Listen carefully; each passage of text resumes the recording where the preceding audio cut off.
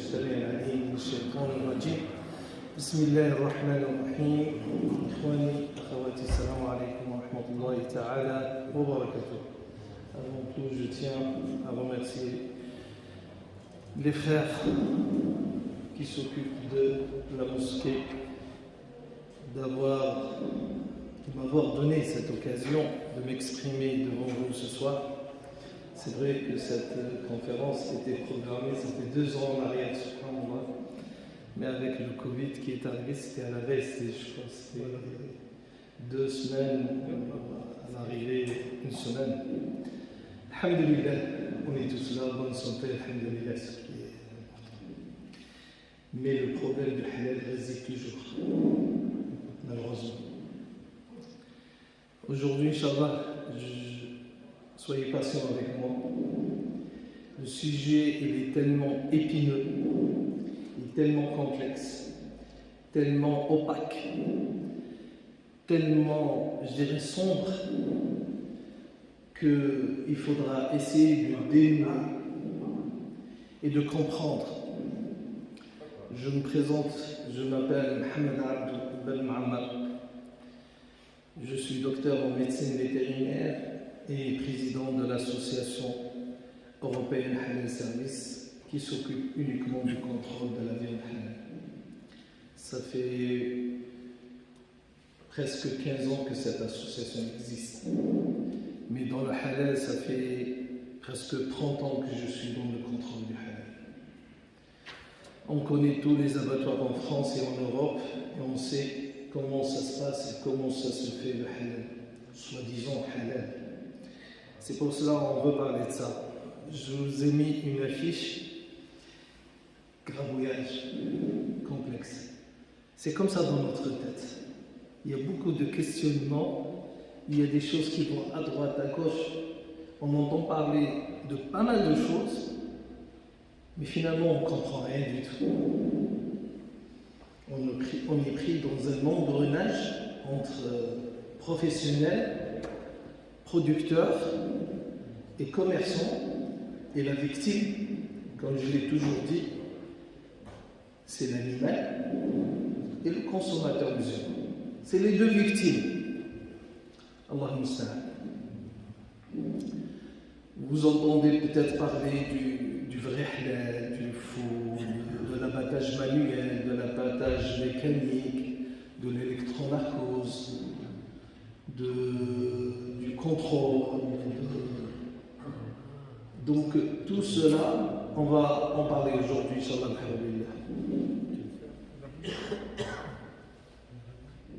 On va parler par le commencement, on va commencer, Inch'Allah, l'abattage.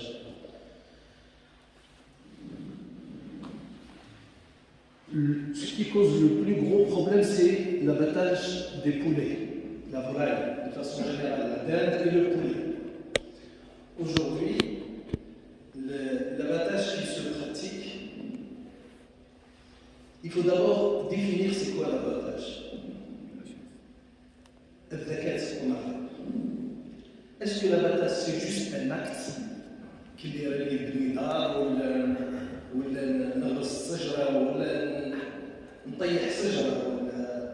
est-ce que abattre un arbre, c'est comme abattre un animal? C'est ça. Donc dans le cœur et dans l'esprit et dans la foi des musulmans, l'abattage est une adoration, il y a ibada, taqarrub ila Allah azza wa jalla. Donc c'est pour cela qu'elle est basée sur la prononciation du nom d'Allah. Dhikr ismullah ala al-dhabiha. Donc ça montre que ça a une relation directe, ascendante avec Allah azza wa jalla. Donc il y a ibada. Donc c'est pas quelque chose de banal. Donc il faut lui donner de l'importance. Donc vous voyez sur cette photo-là, par exemple, les poulets sont abattus avec un disque. Il n'y a pas d'intervention d'être humain. Ce qu'on appelle l'abattage mécanique. Et donc, cet abattage, c'est le plus pratiqué, que ce soit en France, en Europe, ou même dans les autres pays, même dans nos pays d'origine, attention. Ce qu'on appelle l'abattage industriel. Mais nous, musulmans, comme il a dit le prophète sallallahu alayhi wa sallam, pour qu'un abattage soit correct, il doit être fait par un être humain qui a la foi en Allah Azza wa Jalla, qui soit adulte et sensé.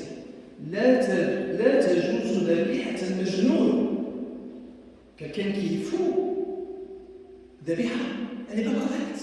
Donc il faut qu'il ait son esprit sain et la foi en Allah Azza wa Jalla. Et en plus de tout cela, il doit prononcer le nom d'Allah Azza wa Jalla. Même s'il est musulman, même s'il est saint, même s'il est croyant, et il ne prononce pas le nom d'Allah Azza wa Jalla au moment où il égorge, volontairement, là c'est juste. Donc vous voyez, vous comprenez un petit peu la subtilité pour montrer que l'abattage est une adoration. Or, quand on met comme ça un abattage mécanique, une machine qui égorge des poulets, est-ce que la machine elle est musulmane? Est-ce qu'elle est croyante? Non. De quoi se moque-t-on? Pourquoi on vient nous dire que l'abattage mécanique est halal? Pourquoi la machine? Elle adore Allah Azza wa Jalla. Malgré qu'ils mettent une cassette, regardez, où est-ce qu'ils vendent le khouf? Ils mettent une cassette pour qu'elle récite et elle dit Bismillah. On se moque de qui?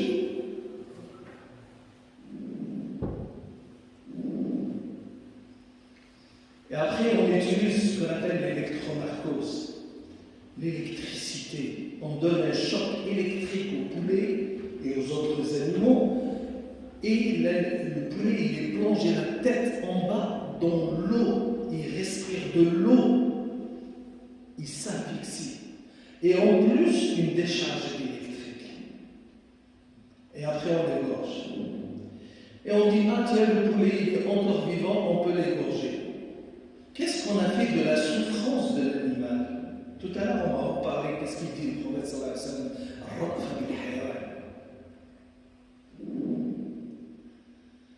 La même méthode elle est utilisée pour les animaux.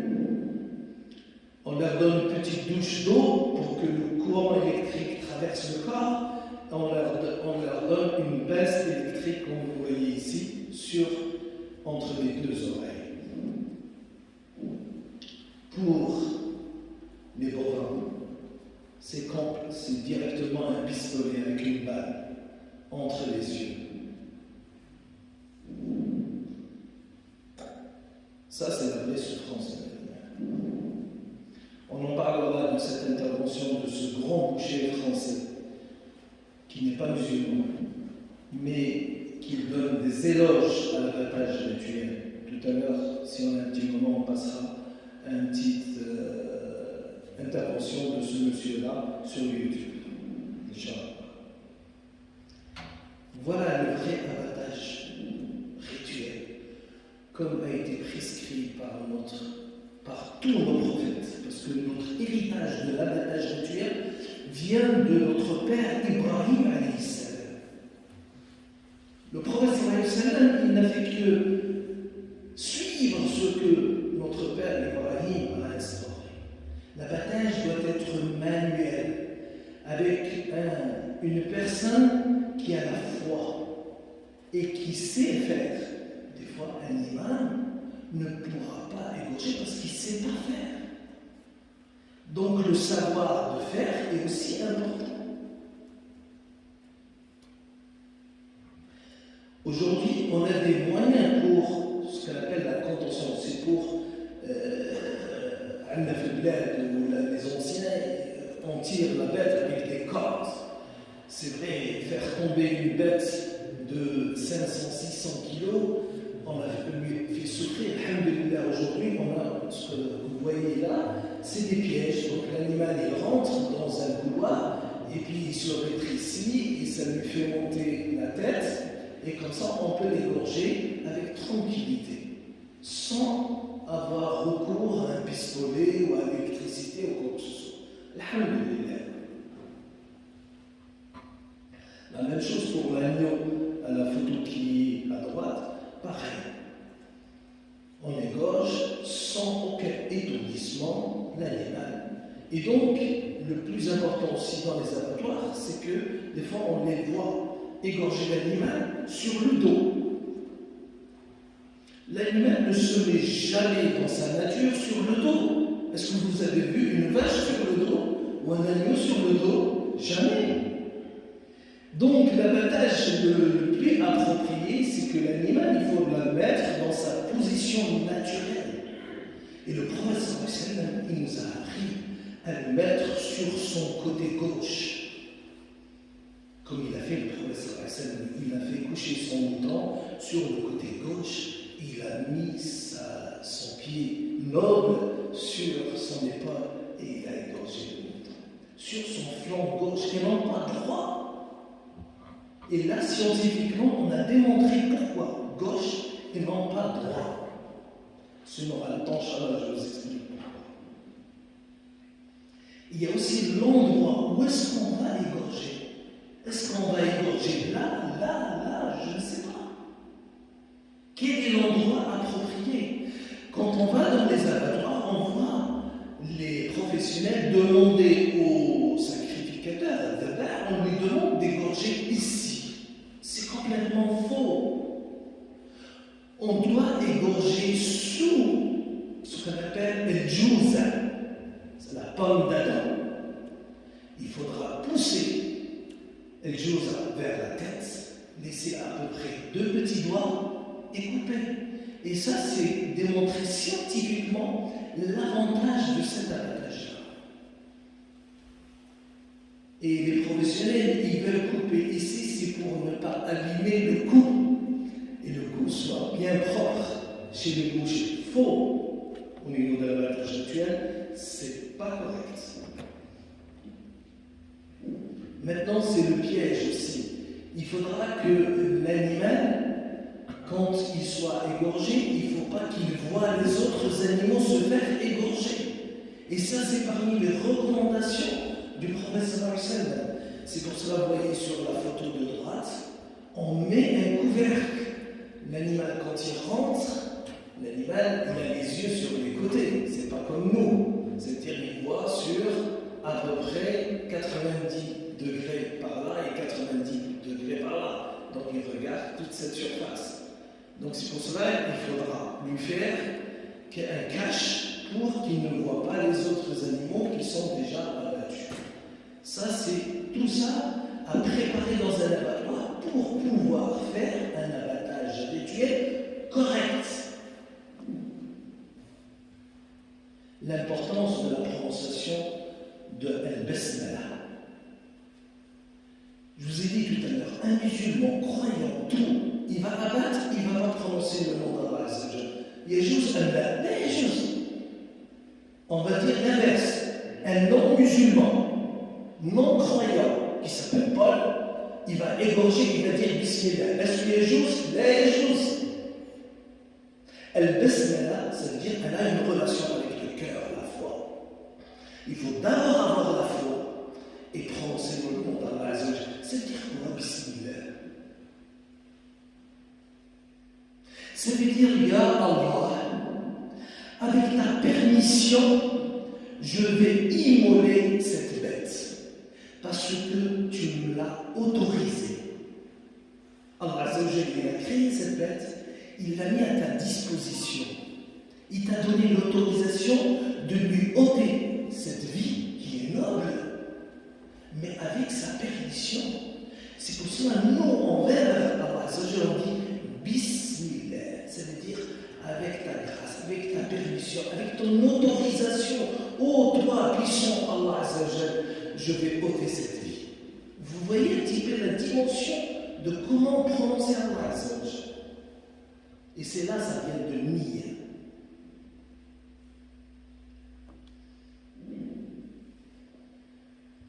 Et les preuves sont là dans le Coran. Allah Azza wa Jalla dit وَلَا تَأْكُلُوا مِمَّا لَمْ يُذْكَرْ اسْمُ اللَّهِ عَلَيْهِ وَإِنَّهُ لَفِسْقٌ. C'est un ordre. Allah Azza wa Jalla dit ne mangez pas. Il ne faut pas consommer une viande que pendant l'abattage, on n'a pas prononcé le nom d'Allah Azza wa Jalla. Haram.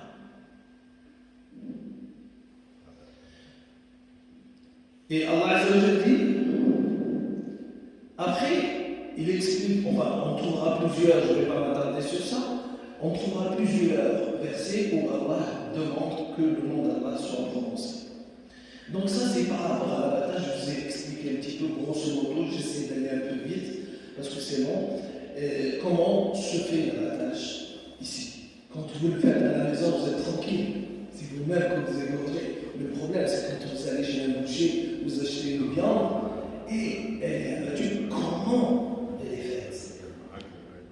Et donc c'est pour cela que je vous ai montré. Maintenant, ce comment elle a été faite, il viendra le boucher, ou le sacrificateur, il va dire, ah, on l'a égorgé comme ça et comme ça. Quelle est la preuve? Démontre-moi. Et comment on peut savoir? La viande, elle vient de partout. La viande que vous consommez ici en France, ou à Lyon, ou dans sa région, elle vient du nord, du sud, elle vient d'un autre pays, elle vient de je ne sais pas d'où, et elle arrive et c'est marqué halal dessus. Mais il faudra des preuves, moi. Qui c'est qui va chercher ces preuves? Il faut un contrôle.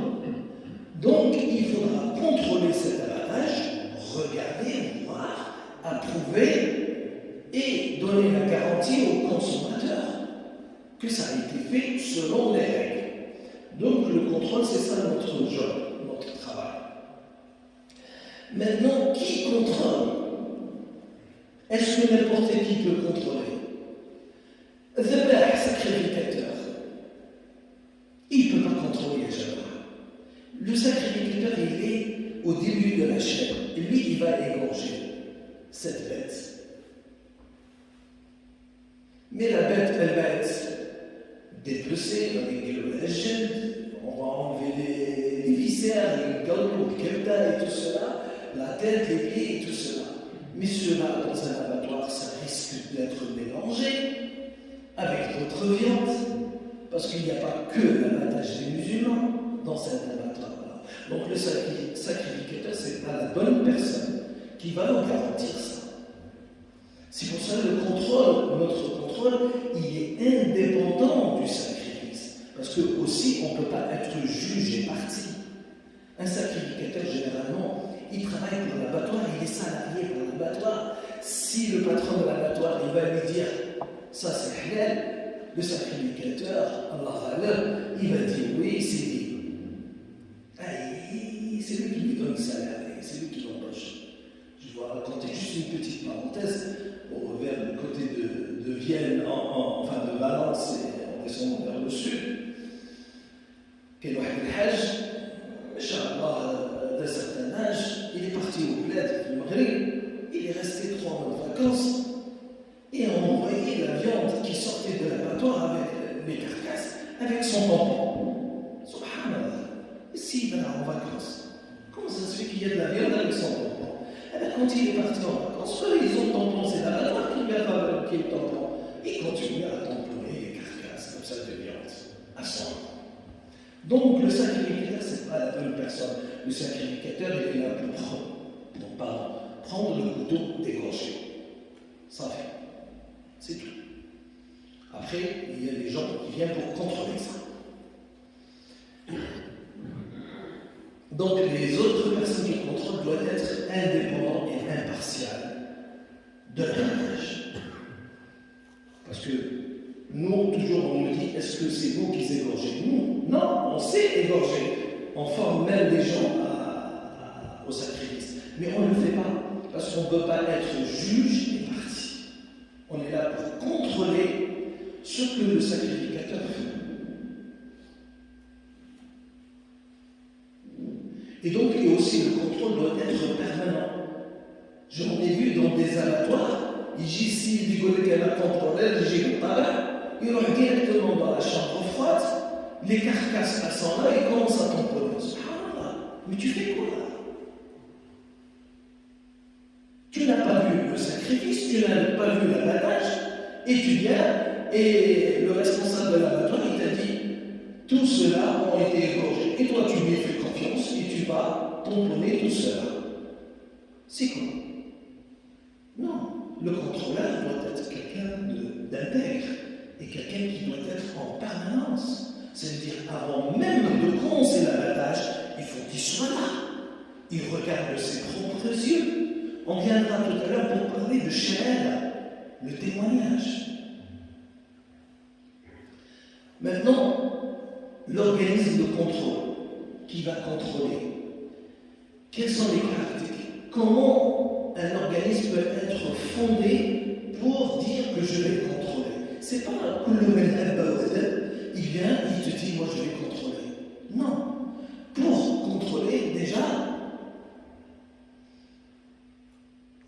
comme on a dit, comme il dit le professeur Hassan, c'est la sincérité. Il dit la sincérité mène à la vertu et la vertu mène au paradis. Donc la sincérité, c'est quelque chose de très important. Donc cette association de ce organisme de contrôle, avant tout, il faut qu'il y ait des gens sincères. Première des choses, il faut que les gens soient sincères.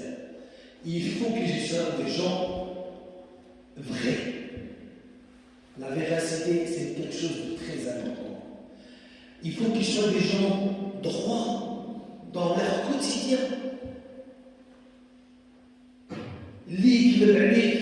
Comment veux-tu lui faire confiance sur la vie? Regardez l'histoire de c'est Imam Muslim ou Bukhari, je ne suis pas sûr, on va me corriger par rapport à ça, quand il partait pour chercher les hadiths, on lui a dit qu'il y avait quelqu'un qui a courtoyé le prophète sallallahu alayhi wa sallam, le Bukhari, très bien, avec l'enfant. Et il est parti, il a cherché un peu ce monsieur-là, il lui a dit, je viens pour prendre du hadith de toi. Et lui, il est descendu de sa monture, de son cheval, il lui a donné directement un sac autour de la tête pour le calmer. Soi-disant, il y avait de l'orge dedans pour le calmer. Il lui a posé la question, il lui a dit, qu'est-ce qu'il y a dedans? Il lui a dit, il n'y a rien du tout, c'est juste pour qu'il se calme, le cheval. Il lui a dit, tu as menti pour ton cheval, et moi je vais prendre comptant ce que tu vas me dire. Non. Si tu as menti à ton animal, tu vas mentir. Donc la droiture, c'est quelque chose d'important. Quelqu'un qui va contrôler la vie réelle, il faut qu'il soit droit. On lui fait confiance. C'est très important. Donc la confiance et la fiabilité par rapport à cela. Comme il dit le prophète sallallahu alayhi wa sallam, le prophète sallallahu alayhi wa sallam, il était connu même avant l'islam qu'il était amin. Les gens lui faisaient confiance. Même les non-musulmans, et surtout les non-musulmans, à l'époque. Ya ayyuha alladhina amanu ittaqullaha wa kunu min as-sadiqin. Il faut être, je dirais, véridique par rapport à ça. Tous ces caractéristiques doivent être dans les gens qui vont contrôler. Parce que si toi, tu vas appeler n'importe quel genre d'organisme de contrôle, et tu n'as pas toutes ces caractéristiques, tu auras toujours ce doute-là. Donc, la confiance, elle se gagne. La confiance, elle ne tombe pas comme ça du ciel. Tu la gagnes. Et comment tu la gagnes? En voyant les gens. Comment ils travaillent, comment ils se comportent dehors, comment ils se comportent dans la mosquée. En dehors de la mosquée, c'est des gens de confiance. À ce moment-là, ils peuvent prendre ils peuvent m'apporter à ce moment-là une garantie sur la viande que je vais manger.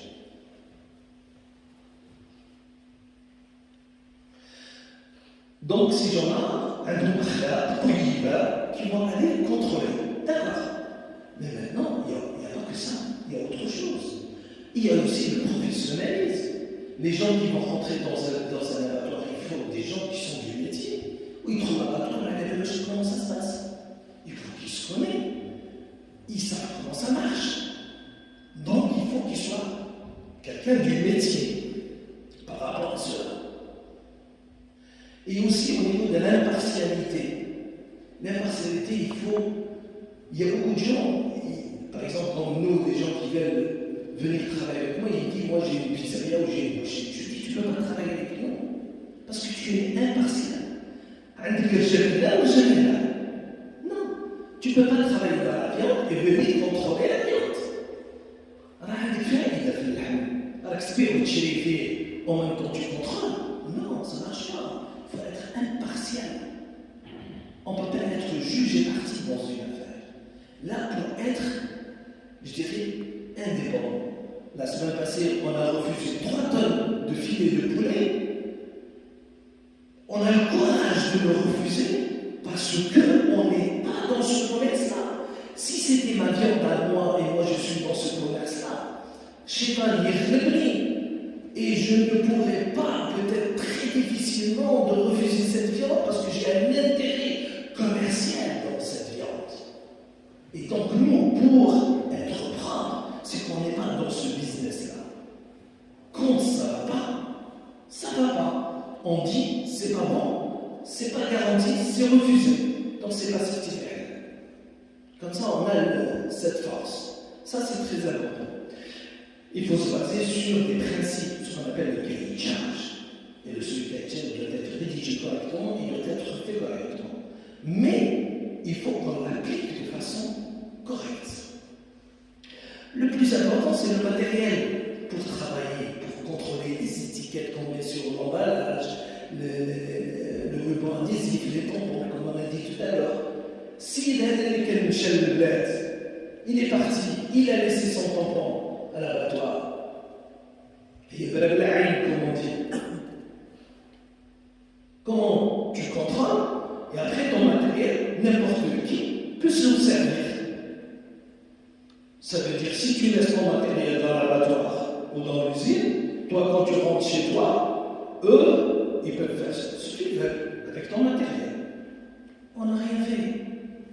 Donc il faut avoir la maîtrise du matériel avec lequel tu vas garantir cette viande. Ça c'est très important.